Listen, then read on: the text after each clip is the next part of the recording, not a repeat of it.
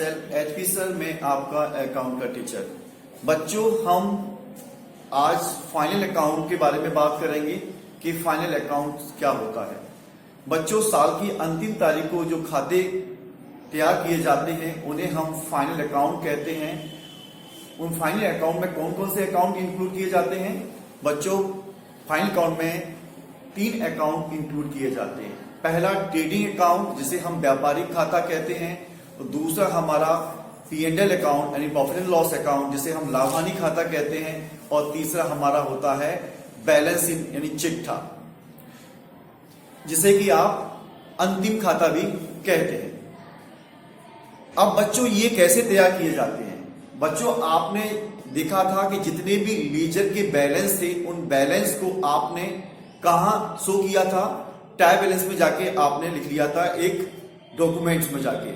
मैंने कहा था कि ट्रायल बैलेंस इज एक डॉक्यूमेंट है, ना कि एक लेजर है, कोई अकाउंट्स है। वहां पर सारे अकाउंट्स के बैलेंस शो किए जाते हैं। उसे एक सूची कहा जाता है लेजर की। उस सूची से हम फाइनल अकाउंट तैयार करते हैं।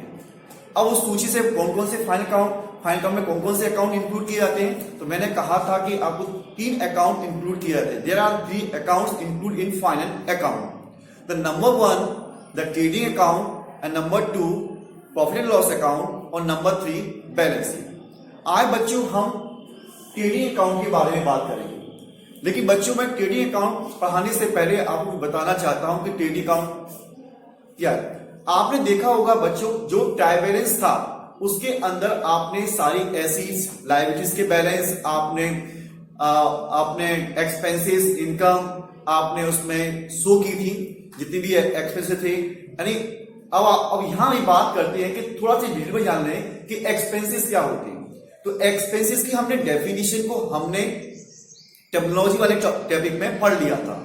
अब हम उस एक्सपेंसेस को और डिटेल पढ़ते हैं। अगर एक्सपेंसेस को हम 2 भागों में बांट दें, एक होते हैं डायरेक्ट एक्सपेंसेस और दूसरे होते हैं इनडायरेक्ट एक्सपेंसेस। तो बच्चों, जो हमारे ट्रायल बैलेंस के अंदर जितने भी डायरेक्ट एक्सपेंसेस होंगी या इनकम होंगी, वो सारी चीजें हमारी ट्रायल बैलेंस में शो की जाएंगी। इसलिए मैं ट्रायल बैलेंस अकाउंट बनाने से पहले मैं आपको समझाना चाह रहा हूं कि जितने भी हमारे डायरेक्ट एक्सपेंसेस होंगे जो कि हमारे ट्रायल बैलेंस के में लिखे होंगे, उनको वहां से उठा के हम ट्रेडिंग अकाउंट में शो कर देंगे। इसका मतलब क्या हुआ? जितनी भी हमारी रेवेन्यू रिसीव्स होंगी वो क्रेडिट साइड में लिखी जाएंगे ट्रेडिंग अकाउंट के, और जितनी भी रेवेन्यू एक्सपेंडिचर होंगे हमारे, वो कहां जाएंगे? ट्रेडिंग अकाउंट के डेट में जाएंगे। चलिए हम यहाँ फॉर्मेट समझ लेते हैं बच्चों। हमारा टॉपिक जो था फाइनल अकाउंट विदाउट एडजस्टमेंट। तो trading account for the year ending 31 दिसंबर 2020। तो आपका ओपनिंग स्टॉक डेबिट में आ जाएगा। परचेस आप हमेशा अंदर लिखें, इसमें से लेस परचेस रिटर्न माइनस कर दे।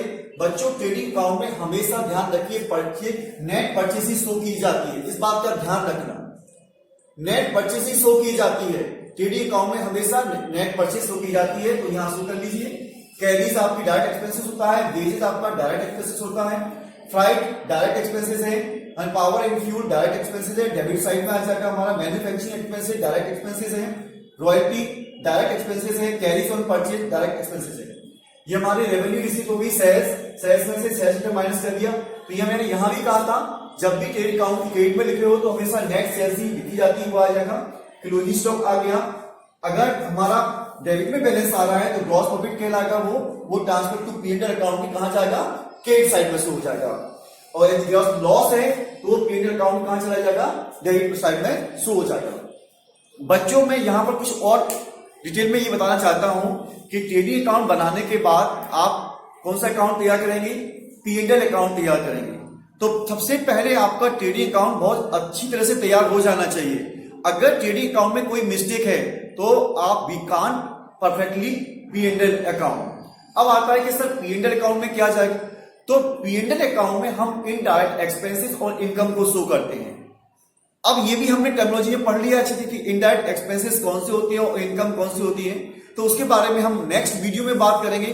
अभी आपको सिर्फ इतना जानना है कि ट्रेडिंग अकाउंट में कौन कौन से आपके डेबिट साइड में शो किए जाते हैं, वो खर्चे होंगे, और कौन सी इनकम होती है। अब बच्चों, यहां पर एक छोटा सा नोट समझ लीजिए। मैंने आपको बताया था कि यदि क्लोजिंग स्टॉक, ये आपका क्लोजिंग स्टॉक दिया हुआ है, अगर इसे परचेस में से माइनस कर दिया गया हो तो हमारी क्या बन जाती है, एडजस्ट परचेस हो जाती है। और एडजस्ट परचेस का मैंने फॉर्मूला क्या बताया था कि opening stock plus purchase minus closing stock.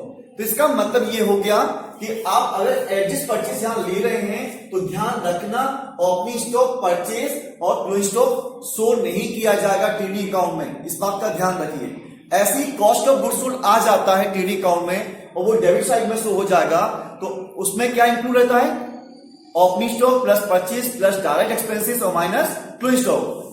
तो आप ये ध्यान रखिए cost of goods sold area है तो वो भी आप यहां पर उन आइटम को इंक्लूड ना करें टीडी अकाउंट में, ओपनिंग स्टॉक प्लस परचेस और plus direct expenses minus closing stock. बस आप सीधी क्या लिखिए, कॉस्ट ऑफ गुड्स सोल्ड लिखे और सीधा आप यहां पर सेल्स लिखे, सेल्स में से कॉस्ट ऑफ गुड्स सोल्ड निकाल माइनस कर दे तो आपका ग्रॉस प्रॉफिट आपका आंसर आ जाएगा। इस बात का ध्यान रखना है। ठीक है, आपको यहां तक आज टीडी अकाउंट के बारे में समझ में आ गया। नमस्कार, जय हिंद।